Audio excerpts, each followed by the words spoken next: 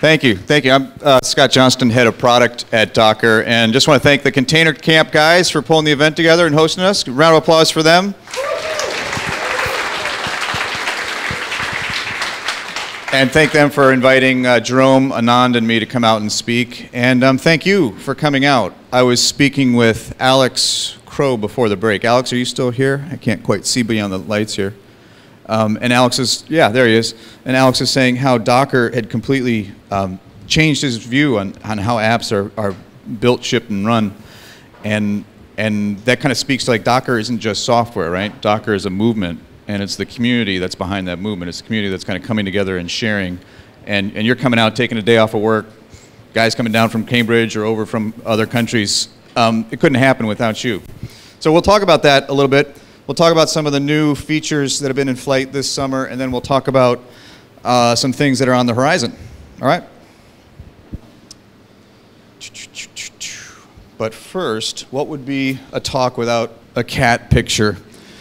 So hands in the air, please. Hands in the air. That's you. Hands in the air. Okay, who has been using Docker for longer than 3 months? Keep them up. Who has been using it longer than 6 months? Keep it up. Okay, who's been using it longer than a year? Keep them up. Interesting. Longer than 15 months. That's the bleeding edge people right there. Whoa, whoa, really? I should have brought a tchotchke or a t-shirt. Another one, we did the sysadmin dev split already. Who's using it in production? Hands up. Okay, halfway in production?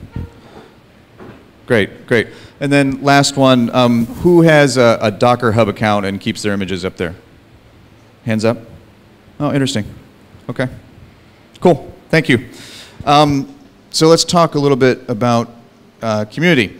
Community is growing, and that includes users. DockerCon happened right about here on these charts, so you can see the effect.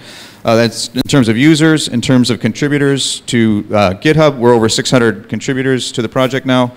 Over 30,000 applications Dockerized and up on Docker Hub. And the API calls is we're tracking the pings, the pulls to Docker Hub from the engines that you guys are using and deploying. We showed this kind of NASCAR slide at DockerCon. So obviously kind of another kind of example of community kind of really contributing to the ecosystem at large, and all these tools kind of make the ecosystem healthier. And since then, it's almost unfair to call out these guys, because every week there's been something new, something exciting, kind of from the biggest to the smallest. But just some of the highlights in the last 3 months since DockerCon. We've already talked about the Orchard and Fig guys, and Anand's here today, and they've been a great contribution to the team. We had something with VMware at VMworld a couple weeks ago.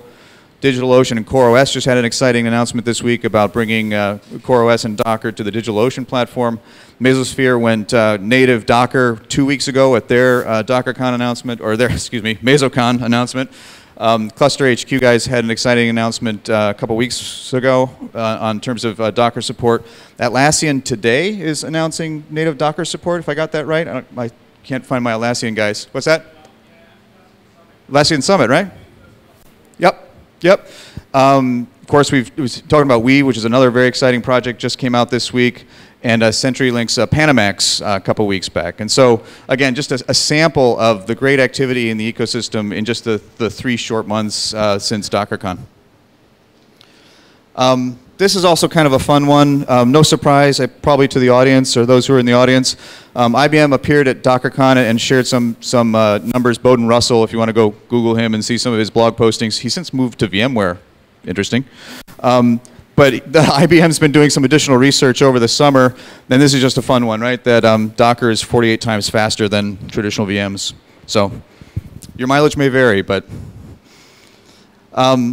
what's been really interesting for us, and some of you in the room are examples of this, is that Docker, since DockerCon in particular, is being adopted and brought into, call it more mainstream or more enterprise IT environments, meaning moving beyond kind of the startup early adopters, where for the first 15 months of its life, it kind of grew and incubated. And it's been exciting to see kind of the different use cases in different industries that have been pulling it into typically kind of dev test or dev test build is the landing use case, but then quickly kind of expanding from there through other IT use cases. And this has been brought up many different times already today, but one of the big benefits that pulls and creates that appeal in the IT organization is just the speed from dev to deployment. And you heard Gerhard's talk, again, I can't see him up here, but how he was able to kind of rapidly set up and provision his boxes. Luke was talking about speed and his CI platform, CD platform. And just New Relic, you're all familiar with New Relic is in the APM space, APM SaaS provider. And they went, what's really interesting about this is that they went from an increasing complexity environment where they've got more servers, more devs, increasing heterogeneity in their stack, and they're actually making the environment more complex by breaking up 7 monolithic apps into 30 microservices or 30 loosely coupled services. So they're increasing complexity, and yet in the course of doing so, they actually shrink their dev to deploy time from weeks, in some cases months, to, reminder, update your section staff meeting. All right, I'm playing hooky today, clearly. They go from months or weeks to hours. And you hear that story again and again. And the other story that we hear quite often, which is mind-blowing, is that not only does this give you a compression or an acceleration of dev to deploy, but it actually increases your quality of service metrics. So if you're measuring mean time to repair or mean time between failures, like going to this architecture and going to kind of a Docker-based distributed apps or SOA approach actually improves quality. So you get faster with more quality is somewhat mind-blowing for those of us who have been around for too long. Another interesting one is that we are, in fact, kind of in the midst of this upswell in the market, and this is Indeed.com is a worldwide sourcer of job listings, and I believe this is a worldwide sample where Docker in job postings for employers who are looking for kind of IT employees or technical folks, you can see has a nice rise there as well.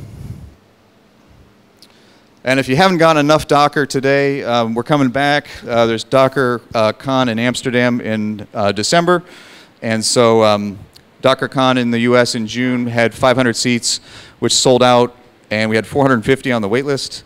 We've already sold out of 150 of these. So if you're interested, we'd love to see you again and hopefully have more stories for you, more community engagement, and more products. So that was just the quick overview on the community side, and let's talk a bit about what's been going on this summer with the latest releases of the engine, 1.1 and 1.2. One thing, and it's come out a couple different times in both the questions as well as the presentations, is really helping get Docker ready for prime time, ready for production deployments. And we've been spending a lot of time on this ourselves and with you as community contributors. And so now, one of the features, Docker Pause, Docker Unpause, allows you to commit a running container with confidence because the state can be paused and it won't be left in an uncertain place. And that has been helpful, as well as you heard Gerhard do a shout out for the restart policies, which just came out in Docker 1.2.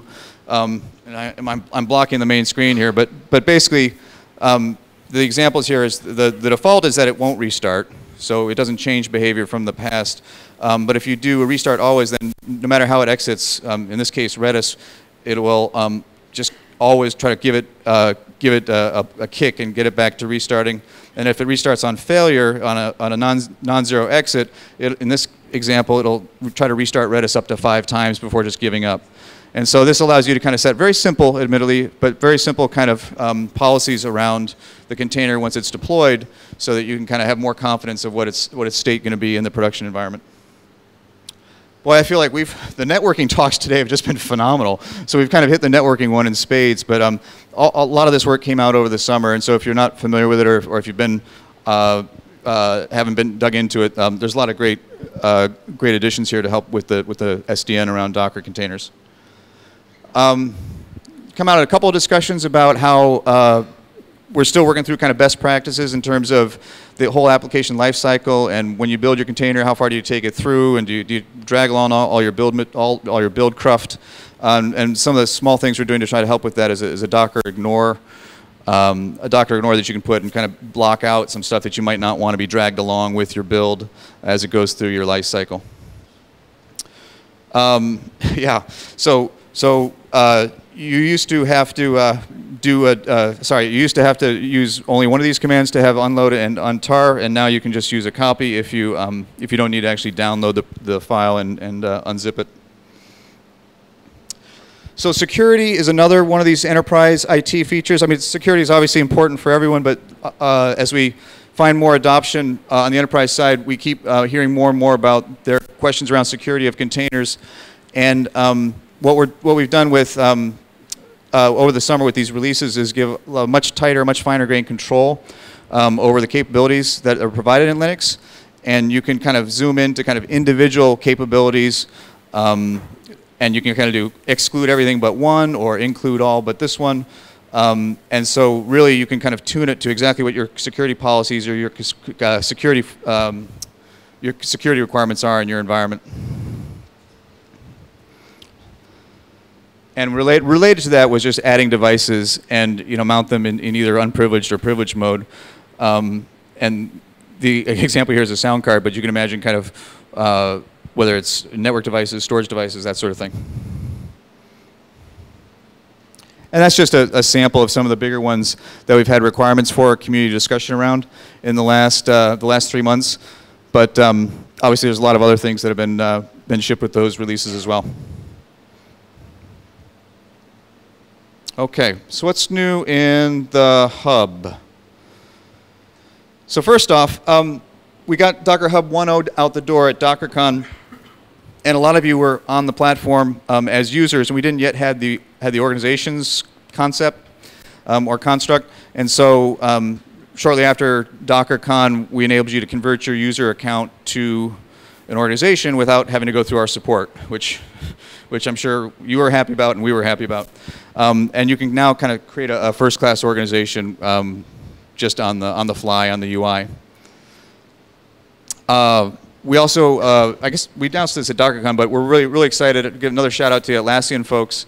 Obviously, kind of a lot of you are on GitHub, but a lot of you, especially the enterprises, are on Bitbucket with Atlassian, and they've been great partners to kind of integrate this into our auto build feature on the hub.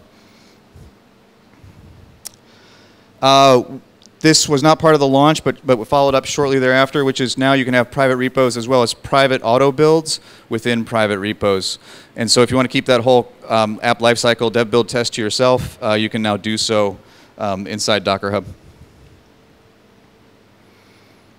Okay, and then in terms of what's coming, and this is not doing feature release announcements here, but what's coming in the next call it 3 to 6 months time frame. First up is you're going to continue to see kind of additional official repos come out. We launched 13 of them at DockerCon, and they were kind of base platforms like the operating systems and Nginx and a couple databases. You're going to see in the next couple weeks language stacks, kind of tune stacks for Java, Clojure, Haskell, kind of 11 stacks in all that are curated and have a maintainer behind each one of those, and so you'll see the Docker file, you'll see the GitHub repo, and ideally they just kind of work out of the box for you, but you'll see kind of ways to kind of contribute yourself to them or see what's under the covers and see if it's right for your environment. So Luke's talk was great in terms of kind of app dev lifecycle, and he showed how he was using webhooks 1.0 in Docker Hub to fire off a deploy. Webhooks 2.0 allows for a callback, and so you can do a little bit more sophisticated workflows now on Docker Hub. And so for one of the examples we use is you can fire off to Jenkins to test the image once it's been pushed, once it's been auto-built and pushed to the repo. And then Jenkins can send back through the callback kind of status and decide whether or not to go on to the next step automatically. And one of the things we're really excited about that is going to contribute a lot, we think, to the ecosystem and to the content in the ecosystem is provenance, being able to sign images and being able to say, yes, this image really was from Jerome or really was from Red Hat or really was from the Nginx community. And 7 minutes? Okay, I'm being flagged. So look, this all builds to, all these contribute to components that you've heard a lot of talk today about, like, okay, how do I manage all of this, right? Because an app is not just a single container. An app service it consists of multiple containers, aggregated a number of containers. And so as you can see, we're contributing content, we're contributing security to those containers, and then through libchan, libswarm, Fig, we're putting the ways to define and run these aggregated apps into practice as well. And so again, not a product announcement, but if you want to see some of the chalk lines of this, you already have known about libchan, libswarm, and then Fig in the recent announcements. There's a proposal up on GitHub for container grouping that you'll see a lot of those principles as well as some of the Fig principles kind of sketched out in there. And that's kind of where this is going in terms of giving you a single, simple interface to kind of define what a multi-container app looks like and then be able to run that unit in production. And I'm being flagged for time, and so let me ask Jerome and Anand if they want to come on up with me as well and take a couple minutes at the end for questions. I can't see. Next question.